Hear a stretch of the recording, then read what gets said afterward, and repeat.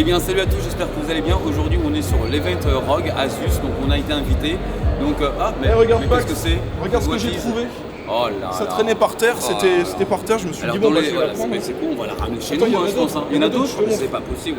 Alors je vous montre déjà ce petit modèle, regardez-moi comment il est beau. Donc c'est pour la nouvelle gêne chez AMD qui va arriver, donc dès septembre. Donc là vous voyez elles sont déjà là, elles sont déjà prêtes. Donc forcément ce sera en DDR5, mais regardez-moi un petit peu ce petit modèle, donc ce Crosshair. Alors là, regarde, oh là, mais qu'est-ce là que tu ça nous c'est le ramènes gros encore? modèle, mais Ah, ça c'est le gros modèle. je t'ai trouvé une Prime, donc ça c'est plus entrée de gamme, hein. C'est beaucoup plus accessible, mais fait. regarde, il y a même du Mini TX pour les petits PC. On va parler pour la petite alimentation qui va bien derrière avec ça. Et en On va plus parler de ça. j'ai vu des boîtiers, j'ai vu des alliés Qui pourrait aller avec ça. qui iront parfaitement On va vous bien. montrer un petit compo qu'on pourra faire justement avec tous les produits sur un petit boîtier qu'on a découvert tout nouveau aussi, qu'on connaît bien.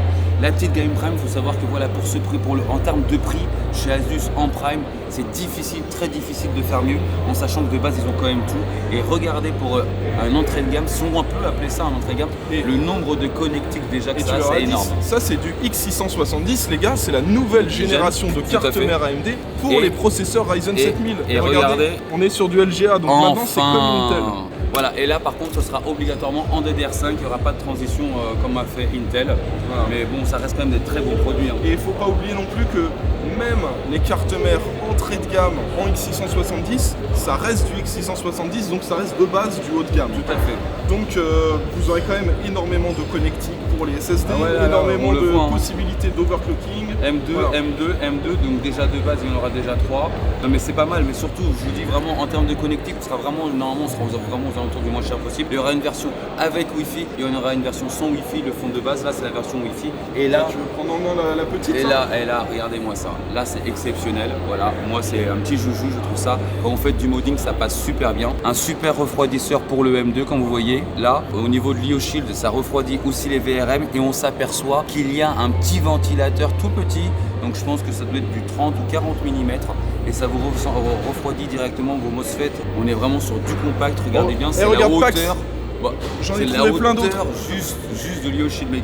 Alors, Une on a Pro Art. Une Pro Art, donc ça Ah, pour, une Pro pour les Art. professionnels, mais regarde, j'ai aussi du TUF, et là qu'est-ce que c'est? Overclocking. Ça, là, Ça c'est la Crosshair, C'est la Crosshair, mais c'est la petite. Mais c'est la Crosshair gênée. gênée, c'est Voilà. exactement. Mais alors là, gros avantage, c'est que vous pourrez vous dire, mais pourquoi il n'y a que 2 slots de RAM? En fait, c'est 2 slots de RAM qui sont là. C'est pour pouvoir les osser. Moins il y en a, plus c'est facile à osser forcément. Et elles sont généralement très proches du processeur. Et le modèle TUF que je vous montre d'un peu plus près. Bon voilà, vous avez compris, il y a énormément de nouvelles cartes mères. Je te les Alors ramène. attends, la ProArt, un petit détail sur Ah la oui, la ProArt, ProArt. parce que la ProArt, c'est vrai qu'on les voit rarement, parce Ouais. que c'est une carte qui est dédiée vraiment aux professionnels. C'est pas une carte avec du RGB ou ce genre de choses, mais elle est très fonctionnelle, mais ça reste quand même à leur origine une carte pro. Voilà, et c'est quand même pas mal, hein. Qu'est-ce que t'en penses toi, Diam? C'est pas mal, hein. On a des beaux bébés, hein.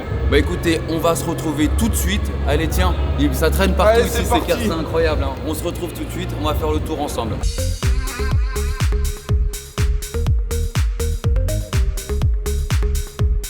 Donc on a réussi à trouver quelqu'un qui puisse nous expliquer, parce qu'il y a quelques éléments qu'on n'avait pas, parce qu'ils ne sont toujours pas arrivés. Donc ça va être le water cooling et les grosses alimentations. Donc on va commencer par les alimentations. Donc je vous laisse vous présenter. My name is Roy. Mon nom est Roy, je suis spécialiste en marketing d'Asus Israël. Je suis ici pour parler de la nouvelle alimentation de PC, de mini PC, la mini SFX. Donc c'est un peu plus qu'une SFX, mais elle reste très petite. C'est une 850 watts, mais nous aurons d'autres modèles de puissance différentes, donc vous pouvez décider quelle alimentation ira le mieux pour votre PC. Si vous voulez un PC complètement RGB, l'alimentation est équipée d'un écran OLED, comme des alimentations Rocktor de Gen 1 et Gen 2. Bien entendu, il y aura aussi les alimentations de taille normalisée. Elles incluront aussi le RGB et l'indication de puissance. Toutes les alimentations seront directement équipées avec la prise PCU de dernière génération, ce qui conférera à cette alimentation d'être compatible avec les futures cartes graphiques. Donc maintenant on va lui demander un petit peu quels sont ces nouveaux IO, ces nouveaux water cooling qui apparemment sont déjà un peu plus conséquents avec des sections de tuyaux un petit peu plus épais, plus de liquide, un radiateur plus compétent, mais il va pouvoir nous expliquer ça maintenant. Et pour finir, nous avons un nouveau water cooling de AIO, le Ryojin 3. Nous nous rappelons tous du Ryojin 1 et 2 avec son écran LCD. Nous avons un nouveau design de pompe qui va bien améliorer le passage du liquide. De ce que nous avons testé, il est 2 degrés moins chaud que le Ragewin 2. 2 degrés, ça paraît peu. Et quand vous vous rapprochez des 90 ou 95 degrés, vous êtes près du maximum. Chaque degré compte. Donc en termes de refroidissement, il est vraiment bon à mes yeux. Nous allons le voir apparaître souvent avec l'arrivée de nouveaux processeurs et le design et l'éclairage de la pompe. Avez-vous déjà testé le le Flare Animate et le Delta S Animate avec l'éclairage en matrice LED Animate. Je le trouve vraiment cool et vous pourrez le customiser et l'utiliser sur votre PC. Mais pour résumer, la plaque du Waterblock aura une superficie de 32% supplémentaire, des sections de tuyaux d'un diamètre supérieur à 40% et une capacité de liquide contenu dans le radiateur de 42%. Thank you. Thank you. Voilà, j'espère que vous avez tout compris. En tout cas, normalement, ça a dû être traduit et on le remercie vraiment d'avoir pris quelques minutes avec nous. A tout de suite. Asus a beaucoup aussi mis en avant une de leurs technologies qui s'appelle l'OC Switcher. C'est tout simplement un petit paramètre que vous pouvez activer dans le BIOS et il détecte automatiquement lorsque vous allez rentrer dans un jeu et il va activer directement votre PBO, qui est aussi un overclocking mais automatique. Donc c'est une technologie très simple à l'emploi. C'est que dès que vous l'avez activé, dès que vous allez passer donc en mode jeu, il va overclocker votre processeur. Cela permettra au cœur d'aller sur des fréquences plus hautes. Cette technologie s'adressera uniquement pour les processeurs AMD. Et cela va aussi dépendre de votre moyen de refroidissement. Plus vous aurez un moyen de refroidissement compétent, plus il pourra aller loin dans l'overclocking du processeur, ce qui va vous permettre d'avoir une amélioration dans vos jeux vidéo. Elle va switcher en mode jeu et ça va overclocker directement votre processeur. Donc il porte bien son nom de OC Switcher.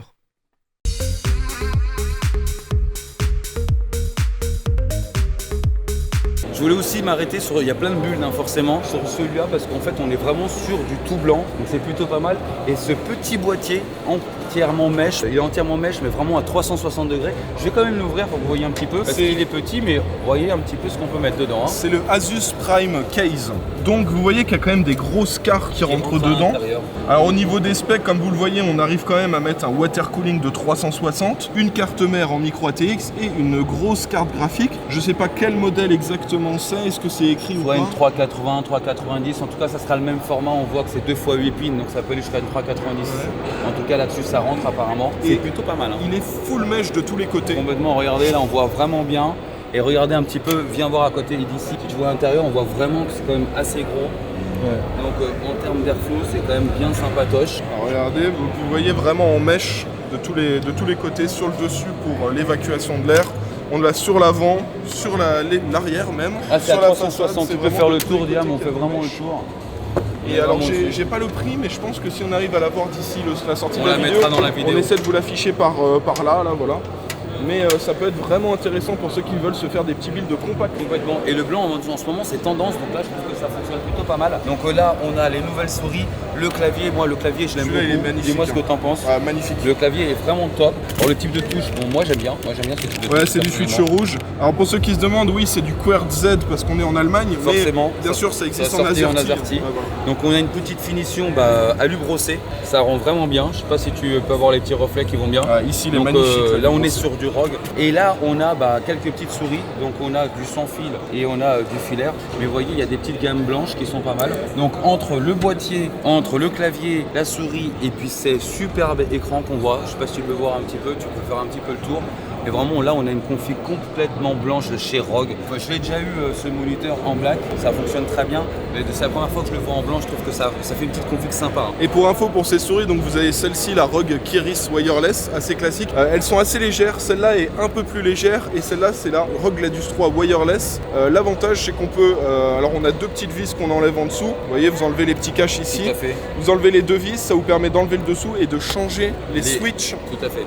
Et en plus ils fournissent des switches en plus et vous pouvez mettre des switches OmniPoint je crois, ça coûte 2-3 € et comme ça vous pouvez augmenter la durée de vie de votre souris. La souris. Donc c'est déjà pratique, dans la boîte. Et dans la boîte normalement il y a même le petit tournevis, si j'ai bonne mémoire, il y a un petit tournevis donc effectivement tout de suite vous pouvez les changer. Et puis t'as vu comment c'est méga léger. Elle est ultra légère. Et l'écran en blanc est vraiment magnifique aussi. Peut-être leur faire un plan de l'arrière parce qu'il n'y a pas que la façade qui est en blanc, il y a vraiment le pied entièrement. On a l'éclairage du logo ROG sur le dessous, sur la table, et tout l'arrière là est en blanc avec un effet miroir argenté sur cette partie-là, ça rend vraiment super bien.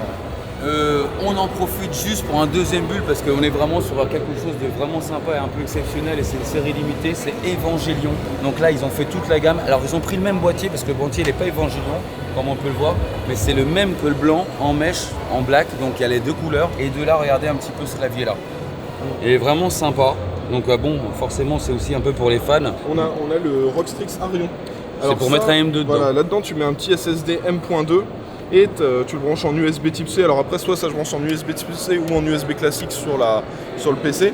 Et avec ça, tu as du 600 mégabits par seconde ou 800, enfin ça dépend de ce que tu mets dedans. Donc on a aussi le casque, en fait là c'est simple, hein. C'est un quatuor, on a souris, casque et on a l'écran. Est-ce que tu peux faire un petit peu le tour de l'écran?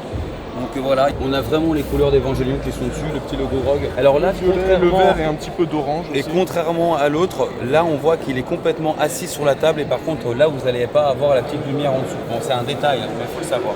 Donc vas-y, je vais quand même vous ouvrir le boîtier pour que vous voyez encore aussi les configs qu'ils ont mis dedans. Mais vous allez voir, ça fonctionne très bien, ça rentre bien. Donc on a exactement la même config. Mais il faut savoir que pour quelque chose d'assez compact, l'Airflow est vraiment au top parce que clairement, on peut pas faire mieux, c'est ouvert de partout. J'en profite aussi pour cette nouveauté, c'est une nouvelle sortie, donc cet écran-là. Alors moi, en écran, je suis moins expert que Guillaume. Donc, je vais laisser un petit peu Guillaume parler de cet écran-là. Mais déjà, je pense que ça va déjà rendre pas mal. Alors au niveau de l'écran, donc là, je crois que c'est le modèle 43 pouces, mais il existe aussi en 48. On est sur une dalle OLED. C'est pour ça qu'on a des contrastes qui sont vraiment... Enfin, ils sont parfaits, en fait. C'est impossible de faire mieux que ça. Pour petit rappel, l'OLED, en fait, si vous voulez un noir parfait, chaque pixel peut s'allumer ou s'éteindre. C'est pas comme avec du LCD. Voilà, c'est pas comme avec du LCD où on a un pixel qui prend une couleur et ensuite il y a un éclairage derrière qui éclaire le tout. Là, ça nous permet vraiment d'avoir un éclairage parfait et du coup d'avoir un contraste meilleur possible. Le rendu est très très bon. Au niveau de la réactivité aussi, c'est excellent vu que c'est de l'OLED.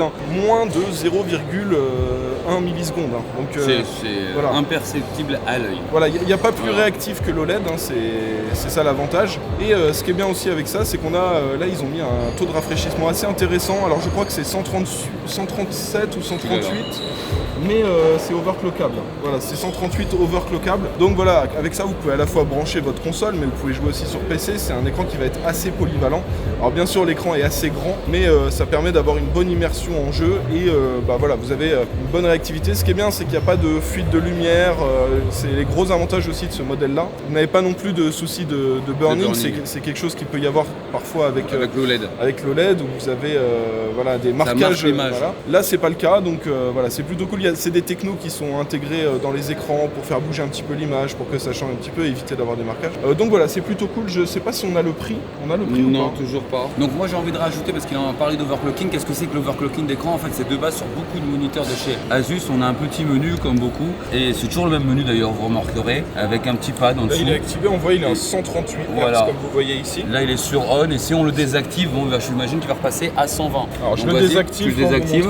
Donc là, il a besoin de se refresh en fait. Le moniteur va se rallumer d'un coup. Voilà, ça prend et on aura la quelques fréquence secondes. de base. Voilà. Et là, si on retourne dans les menus, on voit qu'on est en 120 Hz. Donc on gagne, en gros, on gagne 13 Hz supplémentaires, 18. Donc 18 images par seconde en plus. Elle a aussi deux fonctionnalités encore en plus. Je t'en laisse une. Moi, je parlais juste du moyen de refroidissement. Ça va avec ma chaîne. Ici, on a une énorme plaque de refroidissement. C'est ce qui explique un petit peu ce carénage. Et cette énorme plaque de refroidissement permet de pouvoir jouer, de faire de plus longues parties avant que le moniteur commence vraiment à chauffer. On s'aperçoit aussi de l'épaisseur de la dalle. Souvenez-vous qu'on est sur de l'OLED, donc des noirs bien profonds comme on vous l'a dit, parce qu'en fait, tout simplement, la LED s'éteint à la place d'être sur un gris ou gris foncé, c'est la LED qui s'éteint. Donc on rentre sur un niveau de contraste parce que du coup, c'est un vrai noir, c'est un vrai black. Et je crois que tu voulais rajouter un petit mot sur le moniteur. Oui, alors on a un système, une technologie qui permet d'adapter tout ce qui est luminosité pour s'adapter à l'utilisation. Donc en gros, le moniteur va reconnaître si tu es en train de jouer, le moniteur va reconnaître si tu es dans Windows, si tu es sur ton navigateur, si tu regardes un film, et ça va permettre d'adapter la luminosité pour que ce soit le meilleur rendu visuel, quelle que soit la situation. Et ça c'est plutôt cool parce que ça évite d'avoir, nous, à faire les réglages sur l'écran dès qu'on change d'utilisation pour l'écran. Donc c'est plutôt cool, une technologie de plus. Alors juste pour info, on vous a pas donné la référence exacte de l'écran, donc on va vous la donner maintenant, c'est le ROG Swift OLED PG42UQ. Et il existe aussi en 48 pouces, donc encore plus grand. 42 c'est déjà pas mal, tu vois là, c'est bien pour jouer, mais j'ai quand même pas mal de recul. Si vous prenez du 48, ce sera plus un écran à mettre dans le salon, sur lequel vous branchez la console ou un PC de jeu dans le salon. C'est ça. Mais voilà, pour du 43, ça peut se mettre encore sur un bureau. On est sur du haut de gamme, ça reste quand même une innovation de cette année. Mais ce qui est pas mal, c'est qu'ils reprennent toujours l'architecture depuis déjà quelques années, qui fonctionne très très bien. Ce type de pied, moi je trouve vraiment sympa.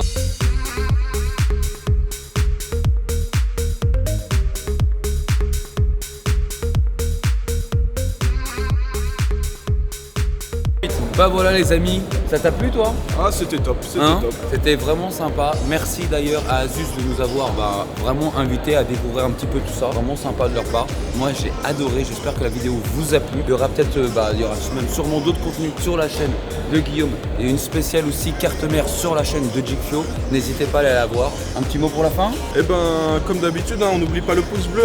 On n'oublie pas le pouce bleu, l'abonnement, la cloche. Merci, Et puis merci. on se retrouve dans quelques jours pour des nouvelles vidéos. Merci à tous ceux qui étaient là jusqu'à la fin de la vidéo. On vous Merci, dit à la prochaine. plus. Ciao ciao. Ciao.